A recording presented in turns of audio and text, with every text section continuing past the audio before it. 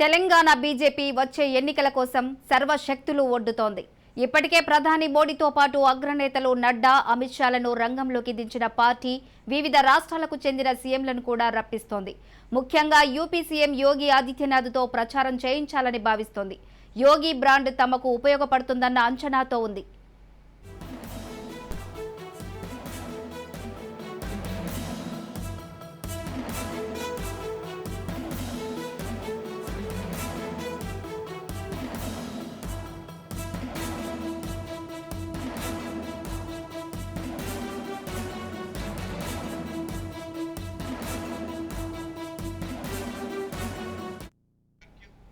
Telangana BJP వచ్చే ఎన్నికల కోసం సర్వశక్తులు ఒడ్డుతోంది. ఇప్పటికే ప్రధాని మోడీతో పాటు అగ్రనేతలు నడ్డా, అమిత్ షాలను రంగంలోకి దించిన పార్టీ వివిధ రాష్ట్రాలకు చెందిన సీఎంలను కూడా రప్పిస్తోంది.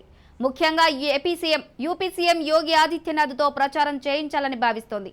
యోగి బ్రాండ్ తమకు ఉపయోగపడుతుందన్న అంచనాతో ఉంది.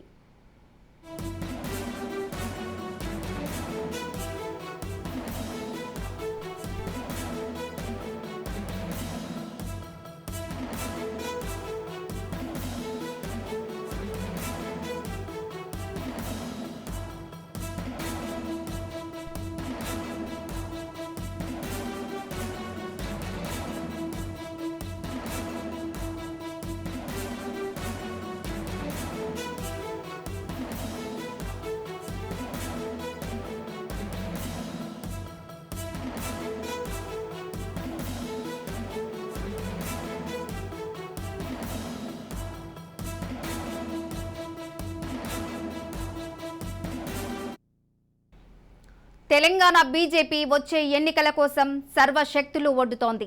ఇప్పటికే ప్రధాని మోడీతో పాటు అగ్రనేతలు నడ్డా, అమిత్ షాలను రంగంలోకి దించిన పార్టీ వివిధ రాష్ట్రాలకు చెందిన సీఎంలను కూడా రప్పిస్తోంది. ముఖ్యంగా యూపీ సీఎం యోగి ఆదిత్యనాథ్తో ప్రచారం చేయించాలని భావిస్తోంది. యోగి బ్రాండ్ తమకు ఉపయోగపడుతోందన్న అంచనాతో ఉంది.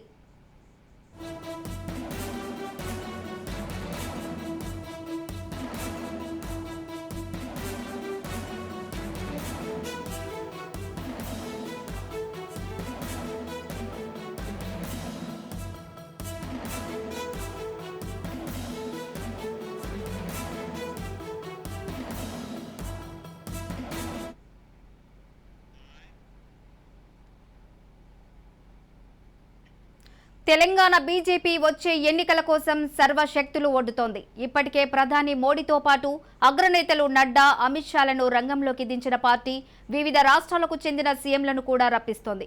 ముఖ్యంగా యూపీ సీఎం యోగి ఆదిత్యనాథ్తో ప్రచారం చేయించాలని భావిస్తోంది. యోగి బ్రాండ్ తమకు ఉపయోగపడుతోందన్న అంచనాతో ఉంది. రైట్, దీనిపై మరిన్ని వివరాలను మా ప్రతినిధి స్వప్న అందించడానికి సిద్ధంగా ఉన్నారు. స్వప్న. రమాదేవి, ఓవరాల్ గా చూసుకుంటే మనకి ఖచ్చితంగా బీజేపీ తన సర్వశక్తులు ఒడ్డడానికి సిద్ధమైందనే చెప్పాలి. కేవలం మోదీ, అమిత్ షా, నడ్డా వీళ్ళే కాదు, కేంద్ర మంత్రులందరూ కూడా వరుసగా వస్తున్నారు. ఈ రోజు వ్యవసాయ శాఖ మంత్రి కైలాస్ చౌదరి కూడా వచ్చారు. ఇంకా మిగతా వాళ్ళకి సంబంధించి ముఖ్యంగా యోగి ఆదిత్యనాథ్ సంబంధించి ఆయన మాట్లాడేటువంటి మాటలు ఖచ్చితంగా బీజేపీకి చాలా అడ్వాంటేజ్ అవుతాయని భావిస్తుంది. కాబట్టి యోగి ఆదిత్యనాథ్ సంబంధించి కూడా ఒక రోజు మొత్తం ఆయన తెలంగాణలో ఉండి సభలకు హాజరవడంతో పాటు ముఖ్యంగా ఇక్కడ ఉన్నటువంటి నాయకత్వానికి దిశానిర్దేశం చేసే విధంగా కూడా ప్లాన్ చేస్తున్నారు. ఎస్పెషల్ గా యోగి ఆదిత్యనాథ్ ఎఫెక్ట్ మనకు ఇక్కడ చుట్టుపక్కల, మనకు హైదరాబాద్ చుట్టుపక్కల ఎక్కువగా ఉండేటువంటి అవకాశం ఉంది. కాబట్టి ఆ ఏరియాలో, ఏ ఏరియాలో అయితే ఆ యోగి ఆదిత్యనాథ్ ఉంటే బాగుంటుందని బీజేపీ భావిస్తుందో ఆయా ప్రాంతాల్లో యోగి ఆదిత్యనాథ్ కూడా ఆయన సభలతో పాటు కొన్ని చిన్న చిన్న వేదికలను ఏర్పాటు చేసి ప్రజల్లోకి నేరుగా వెళ్లే విధంగా ప్లాన్ చేస్తారు.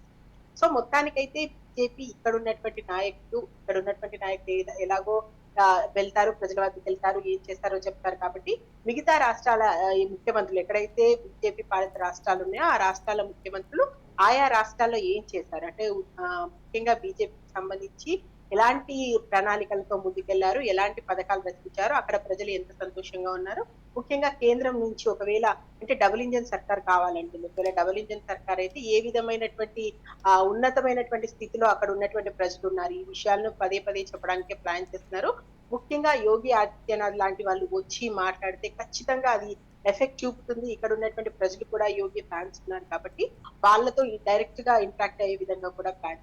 మొత్తానికైతే మోదీ, అమిత్ షా, నడ్డా, కేంద్ర మంత్రులు వివిధ రాష్ట్రాల్లో ముఖ్యమంత్రులుగా అంటే బీజేపీ పాలిత రాష్ట్రాల్లో ముఖ్యమంత్రులుగా ఉన్నవారు వీరందరూ కూడా వన్ బై వన్ తెలంగాణకు రాబోతున్నారు. దాదాపు 30 భారీ బహిరంగ సభల వరకు కూడా బీజేపీ ఏర్పాటు చేసుకుంటున్నారు. అంటే భారీ బహిరంగ సభల్లో ముఖ్యంగా ప్రజలతో ఇంటరాక్ట్ అవ్వడంతో పాటు ఇక్కడ ఉన్నటువంటి నాయకులకు దిశానిర్దేశం చేయడం కూడా ప్రధానంగా భావిస్తుంది.